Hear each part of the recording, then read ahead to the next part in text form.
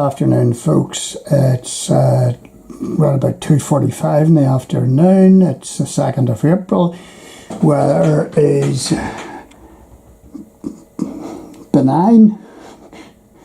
It's not too bad. It's warm enough, and it was spitting rain earlier, but it's not too bad. But anyway, I just want to start the proceedings here by thanking Lara, who got in touch there and reminded me that the Belfast cruise ship season has returned. Now, we have been sort of sidetracked with multiple issues. My heart attack and Tanya's gallstones problem. We've been totally sidetracked, and the weeks have rolled in, and you know, lo and behold, we've arrived into April, and I just didn't realise that the cruise ship season had begun. But it has. There's a cruise ship in today, and it's the Spitzbergen, and tomorrow there's another one. It's the Ambition, and although these are quite small ships in comparison to what we normally get, they are sizable vessels, and they're on the schedule. We're interested in what is arriving and what is departing out of Belfast Harbour. This is where you need to look. I'll go up to the link there, and I'll put this in the notes below this video. So all the ships that we are going to be getting are going to be listed here, and the company behind them, and then when they arrive and when they depart, because they all come and go at different times. Generally speaking, the times are the same. So let's have a wee rundown through this. Here's April. Not too much happening in April. Well, there's a few. There's the Spitzbergen, the Ambition, the Viking Venus, the Maud. I don't think I've seen or heard of the Maud coming in before. Viking Saturn, don't think it's been in before. All the other Viking vessels have been in. The MSC Pusla, MSC Cruises, that's a big vessel. Let's see what it looks like. 6,000 passengers and 1,500 of a crew. That's going to be one of the biggest vessels that we have had. Viking Venus, Serena, Maud again, and Ambition. A lot of these cruise ships actually do repeat journeys. The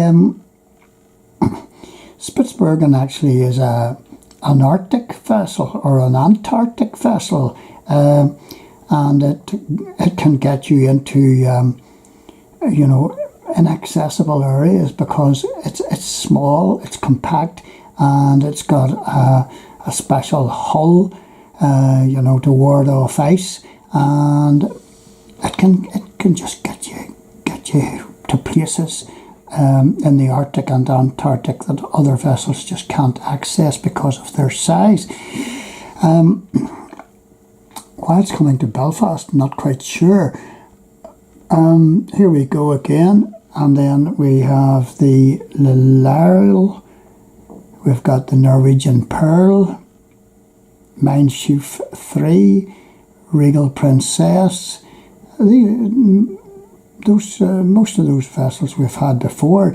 Norwegian Getaway, I don't think we've had the Norwegian Getaway before. Nearly 4,000 of passengers and 1,600 odd of a crew, so it's a sizable enough vessel.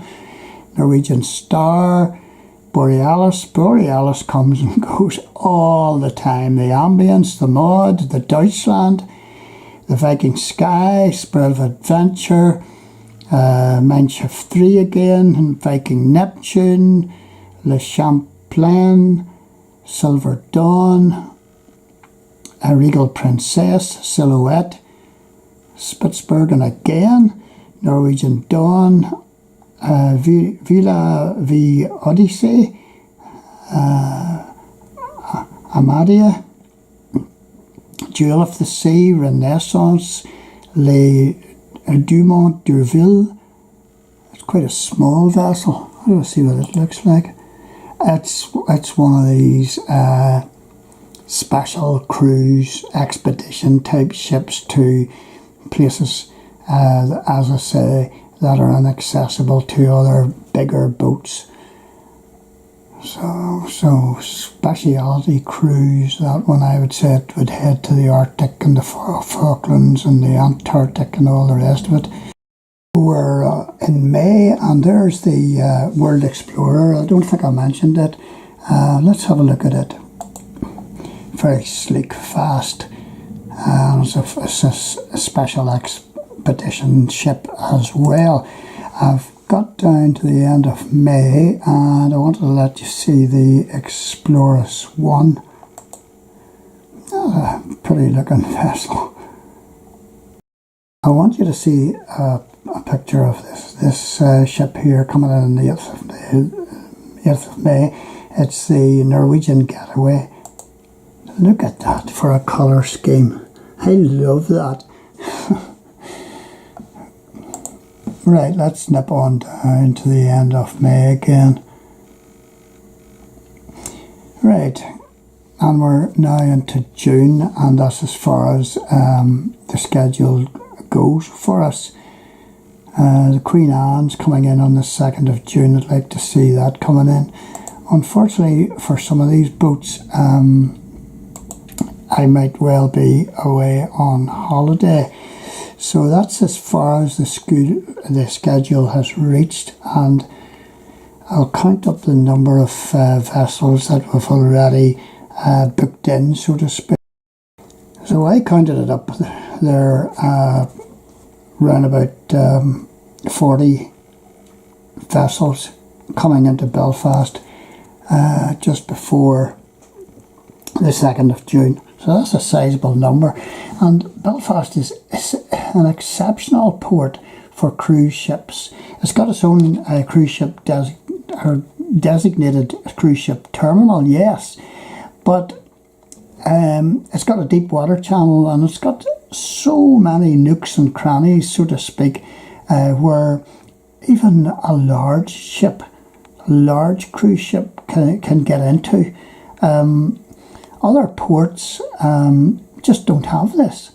They're chock-a-block whenever a cruise or whenever cargo vessels all come in, and Dublin's a case in point. Dublin has had to turn away cruise ships because the port isn't the harbour isn't big enough to entertain the cruise ships that want to come, and Belfast could, I believe, welcome, any number of cruise ships, big and small, coming in, because there are so many places for them to dock up, various docks here, there, and everywhere, and it's just fantastic, and this is so good for our economy. So welcome to all these cruise ships that are planning to come to Belfast. Whenever the cruise ship schedule is lengthened and more vessels are added on, I'll add that in for you. You see where it says here, there.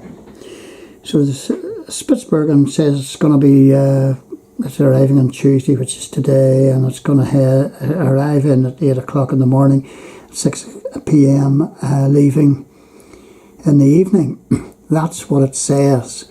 Very often with cruise ships, if they've made good headway, they will arrive early. And if they're wanting to get away and they've got all the passengers on board and they're ready to go, they will leave early. So these times are not set in stone. They can change, of course, change due to adverse weather conditions, sea conditions as well. So you want to get down to watch the cruise ships coming into Belfast? Well, get down onto the airport road off the Bangor dual carriageway. Get in there and get the big car park on the airport road and park yourself up there. That'll give you good access. If you're wanting to get really close up views of the cruise ships passing down towards Victoria Channel, then there is a walkable access point just down beside the WOW Centre, Window on Wildlife, and that's one I very often get through. I can even get the motorbike down in there, and you're really up close and personal with those cruise ships, the big ones as well. Absolutely brilliant view. So, happy cruise ship watching.